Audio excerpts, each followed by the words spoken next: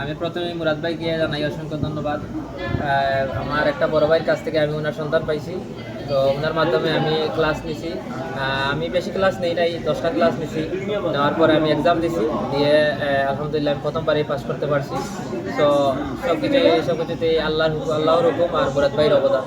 কারণ উনি আমাকে অনেক সহজ পদ্ধতিতে সব কিছু শিখিয়েছেন, যেমন প্যারালাল পার্ক, এরপরে আপনার কেটান সব কিছু আমাকে শিখিয়েছেন উনি। আর সবচেয়ে বড় কথা হচ্ছে মানে উনি অনেক ভালো করে বোঝান, যে কারণে আমার বুঝতে কোনো অসুবিধা হয় নাই। এই জন্য আমি আলহামদুলিল্লাহ প্রথমবারের মতোই আমি এক্সাম দিয়ে পাস করতে পারছি।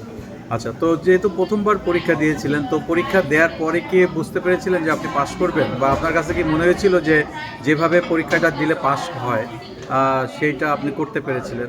যে আমার একটা কনফিডেন্স ছিল, কারণ উনি মুরাদ ভাই আমাকে যেভাবে সব কিছু সহজ পদ্ধতিতে বুঝাইছেন, মানে আমি ঠিক ওইভাবেই কাজটা করছি।